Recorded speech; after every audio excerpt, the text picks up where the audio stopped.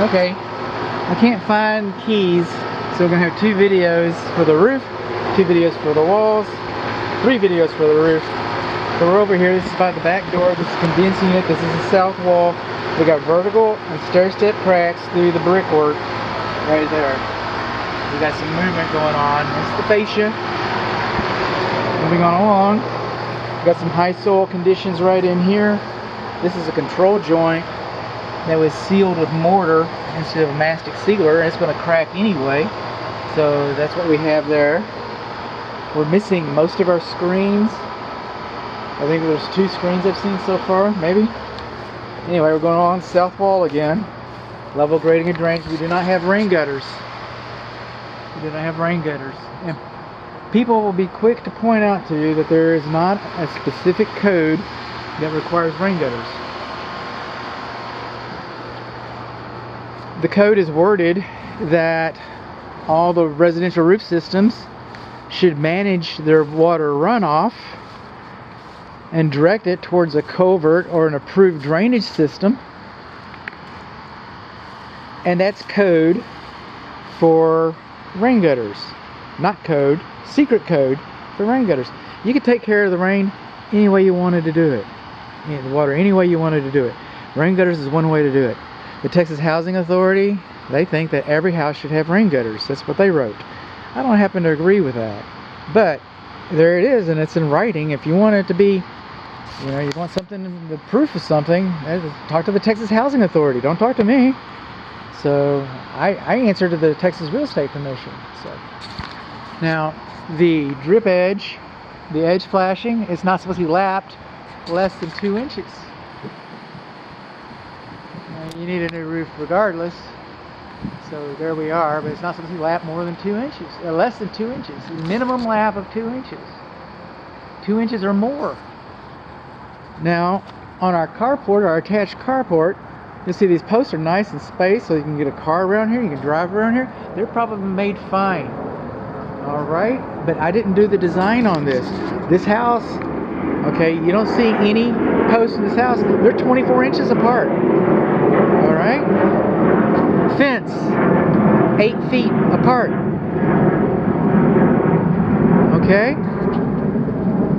23 feet. Look at just look at the spans on this. Again, if it was engineered and built properly, I don't have a way of telling you that.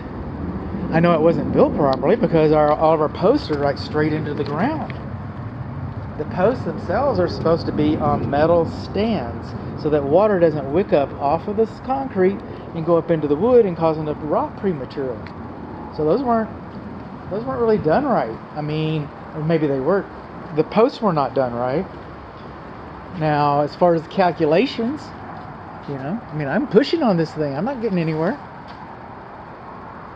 So, but just know that these posts are, and it'll be in the report. You'll know. And when you read the report, you'll know what I'm talking about.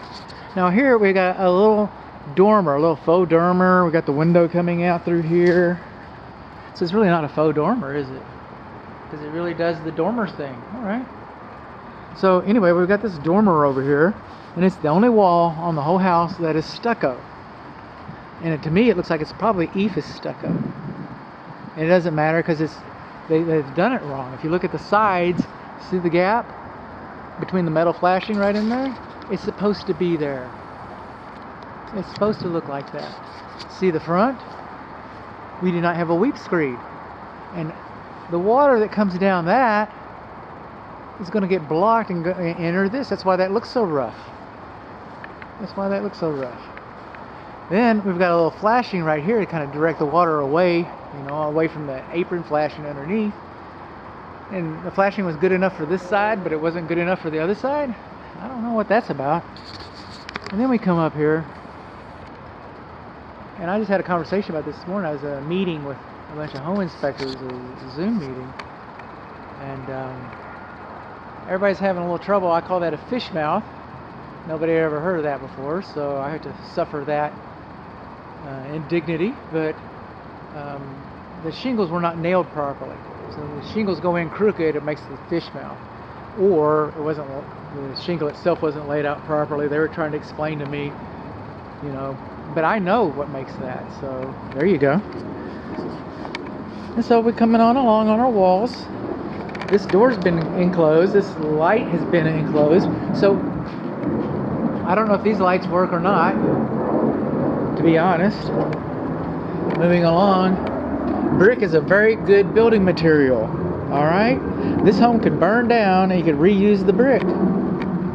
That's how good it is. And it's a great insulator. But brick is poor and it's low maintenance. As long as you don't paint it, low maintenance. I know sometimes people like to paint their brick, but brick is very porous. Water goes right through it. We know that, so that's why we put weep holes. And we have weep holes around the perimeter. And most of the time you won't see, and these weep holes, that's high soil right here. So we got high soil right here on this side because we put the bricks in. So they came in there and they put the bricks. It's higher than the foundation slab. So I can't see that. Termites could be running into this house like crazy. Nobody's ever going to see that. Nobody's ever going to know that. They could be. They could be. What can I tell you? Water goes downhill. You got a weep hole over here. That's a hole. It goes downhill. Where do you think it's going to go? It's going to go in the wall. That's what I think. So now they've gone in these weep holes. Like again, I get distracted. I move on. Most of the time you won't see anything come out of them. Most of the time it's water vapor.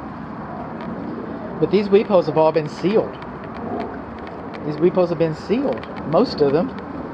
And so they can't work anyway. So the water goes into the wall, where does it go? It just stays in there. It just stays in there. And then we also should have weep holes. Anytime you have a lintel, this is a metal lintel right here. And anytime you have a lintel, we've disrupted the drainage plane. So we need weep holes over our fenestrations. I think that's French for hole in your wall. Come over here to this door that's been sealed up. Look at this. We don't have a weep hole. We've disrupted. It's porous. Water comes in there. Why is all that? Oh. Why is all that rusty? Why is all that rusty? I don't know. Water's just staying back up in there. Oh. Oh, is that why? Yeah, that's why they. Okay. This might turn the lights on first. Got a switch. No, those are just receptacles. I haven't found any outside receptacles that work so far. And the 220, are you on? Look at you. But you're not GFCI protected. Look at that.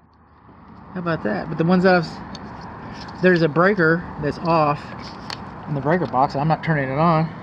You got power? Yeah, we do. Got GFCI? No, we don't. Okay, I'm not surprised. We got a gas port out here. It might be enticing to barbecue out here, but just know that smoke goes up, and you know this is likely to get stained if you're going to start grilling out here, do a lot of grilling. So just kind of prepare yourself for that. And moving on along, now we're going to another lock gate, so it's going to do the next video.